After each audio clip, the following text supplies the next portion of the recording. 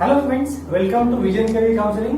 तर पहिल्या राऊंडची तुमची अलॉटमेंट होईल तेव्हा ऑनलाईन रिपोर्टिंगसाठी काय काय डॉक्युमेंट लागणार आहेत हे आपण या व्हिडिओमध्ये डिस्कस करणार आहोत. तर सर्वप्रथम आपण डिस्कस करूया की एनआयटी सिस्टम्स म्हणजे एनआयटी आणि एनआयटी प्लस सिस्टम जे आहेत, एनआयटी, ट्रिपल आयटी, जीएफटीआय, त्यांच्यासाठी ज्यांना हे कॉलेज अलॉट होईल त्यांना कुठले डॉक्युमेंट्स आपल्याला द्यावे लागणार आहेत. तर सर्वप्रथम जे आपण पाहूया, 10वीची मार्कशीट किंवा तुमचं आधार कार्ड, अशी कुठलीही डॉक्युमेंट ज्याच्यावर तुमचं डेट ऑफ बर्थ असेल, अशी कुठली डॉक्युमेंट. तर 10वीची सनद, महाराष्ट्राची मुलं असेल तर त्यांच्या 10वीच्या सनदवर त्यांची डेट ऑफ बर्थ दिलेली असते, किंवा जर सीबीएसईची 10वीची मार्कशीट असेल तर त्याच्यावर डेट ऑफ बर्थ असेल, तुम्हाला एक तुमचं डेट ऑफ बर्थचं प्रूफ तुम्हाला तिथे द्यायचं सगळ्यात पहिल्यांदा. दॅट इज 10ची मार्कशीट आणि आधार कार्ड. ओके, दोन डॉक्युमेंट्स इथे आहेत. आधार कार्ड सगळ्यांनी द्यायचं आहे.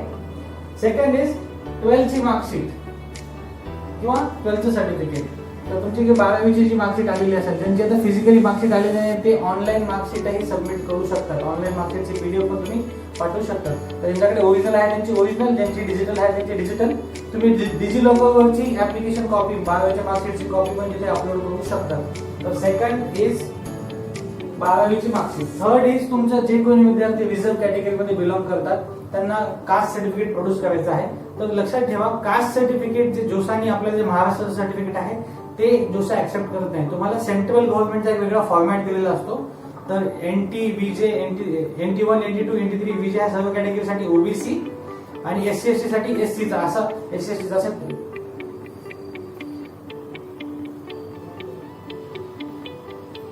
ओके, तर कास्ट सर्टिफिकेटचा विचार करत असताना तुम्हाला महाराष्ट्राचे सर्टिफिकेट जोसा ऍक्सेप्ट करत नाही.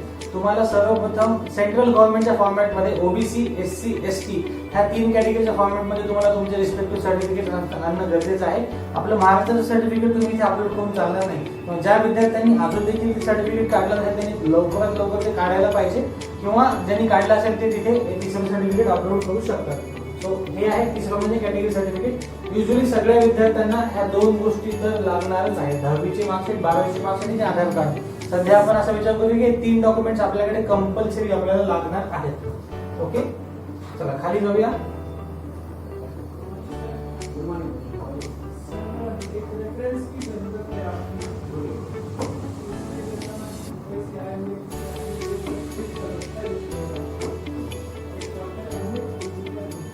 ओके, सो नाव जे लोक पर्सन विथ डिसेबिलिटी कॅटेगरी मध्ये बिलॉंग करतात त्यांनी डिसेबिलिटी सर्टिफिकेट प्रोड्यूस करायचं आहे.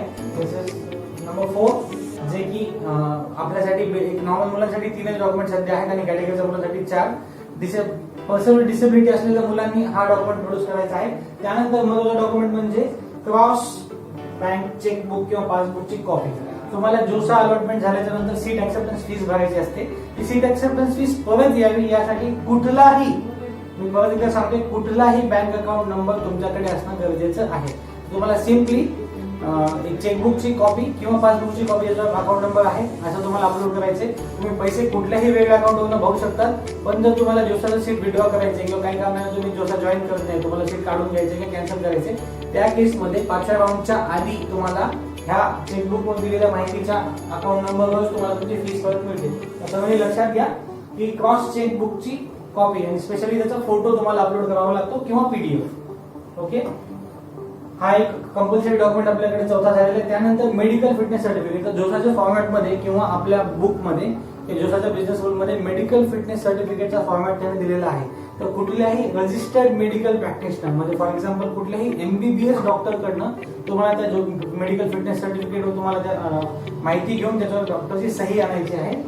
त्यानंतर हे जे 7वा नंबर जो तुम्हाला दिसेल पासपोर्ट, हा फक्त जे कोणी मुलं OCI कॅन्डिडेट आहेत, ओव्हरसीज सिटीजन ऑफ इंडिया किंवा NRI कॅन्डिडेट आहेत त्यांच्यासाठी हा डॉक्युमेंट लागतो. नॉर्मल मुलांसाठी हा डॉक्युमेंट लागत नाही. पासपोर्ट फक्त OCI NRI कॅन्डिडेट साठी कंपल्सरी आहे. Then admit card of JEE main. तर तुम्ही JEE मेनचे ऍडमिट कार्ड नक्की तुमच्याकडे असणार. तुम्ही आता बऱ्याच एक्झाम दिलेल्या आहेत. जरी नसेल तुम्ही जोसा JEEच्या वेबसाईटवर जाऊन ते ऍडमिट कार्ड लवकरात लवकर काढून त्याची कॉपी ठेवू शकता. तर हे आहे एक महत्त्वाचं डॉक्युमेंट, JEEचं ऍडमिट कार्ड. तर जसं की आपण परत एकदा बघूया आणि शॉर्ट मध्ये रिव्हिजन करूया. दॅट इज व्हेरी फर्स्ट 10वीची मार्कशीट, पासिंग सर्टिफिकेट, 10वीची मार्कशीट किंवा सनद ज्याच्यावर डेट ऑफ बर्थ असेल आणि आधार कार्ड. त्यानंतर 12वीची मार्कशीट, त्यानंतर सेंट्रल गव्हर्नमेंटचं कॅटेगरी सर्टिफिकेट, त्यानंतर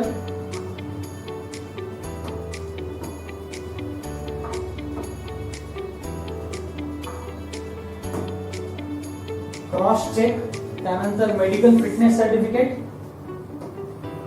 त्यानंतर ऍडमिट कार्ड. एक अंदाजे 5 ते 6 डॉक्युमेंट्स आहेत जे आपल्याला लागणार आहेत. सर्वांनी लक्षात घ्यायचं की हे डॉक्युमेंट पीडीएफ फॉर्मॅट मध्ये असणं गरजेचं आहे. चेकबुकची तुम्हाला इमेजही ठेवावी लागेल, क्रॉस चेकची तुम्हाला इमेज ही ठेवावी लागेल, त्याची तुम्हाला इमेज पण सोबत ठेवावं लागणार आहे.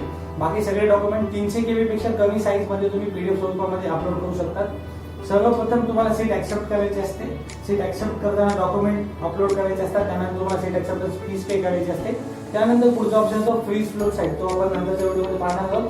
तर मित्रांनो हे झाले तुमचे एनआयटीचे ऍडमिशन्स, एनआयटीचे डॉक्युमेंट. तर आपण लवकर बघूया की आयआयटी सिस्टम साठी ज्यांना आयआयटी अलाउड होतं त्यांच्यासाठी काय वेगळे डॉक्युमेंट लागणार आहेत.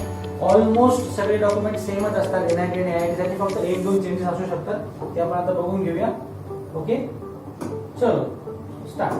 सो आयआयटी ऍडमिशन साठी तुम्हाला सगळ्यात पहिल्यांदा 10वीची मार्कशीट, 10वीचं सनद किंवा बर्थ सर्टिफिकेट. इथे आधार कार्ड तुम्हाला एक्झाम दिलेलं दिसतं, इथे बर्थ सर्टिफिकेट हे तुमचं चालेल. 10वीची मार्कशीट किंवा सनद ज्याच्यावर तुमचा डेट ऑफ बर्थ आहे ते तुमचं हवं आहे. तुमची 12वीची मार्कशीट तुमच्याकडे असणं गरजेचं आहे. 12ची मार्कशीट तुमच्याकडे असणं गरजेचं आहे. त्यानंतर म्हणजे तुमचं कॅटेगरी सर्टिफिकेट सेंट्रल गव्हर्नमेंटच्या फॉर्मॅटमध्ये. हे 3 तर आपले एनआयटी सारखे डॉक्युमेंट तुम्हाला दिसतील. त्यानंतर महत्वाचं म्हणजे आता पीडब्ल्यूडी, ज्याचं पर्सनल डिसेबिलिटी आहे त्यांनी पीडब्ल्यूडीचं जोशाच्या फॉर्मॅटमध्ये तुम्हाला तुमचं सर्टिफिकेट आणणं गरजेचं आहे. Cross bank cheque almost same, दोन्हीकडे तुम्हाला क्रॉस बँक चेकचा फोटो अपलोड करावा लागणार आहे, ते डिटेल्स तुम्हाला भरावे लागतील.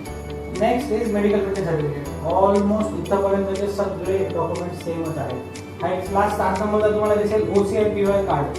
तर जे कोणी ओव्हरसीज सिटीजन ऑफ इंडिया किंवा परमनंट इंडियन ओव्हरसीज सिटीजन असतात त्यांच्यासाठी हे असतं. हे नॉर्मल मुलांसाठी हे असायची, हे डॉक्युमेंट आणायची गरज तुम्हाला नाहीये. ओके, तर शेवटचं ऑप्शन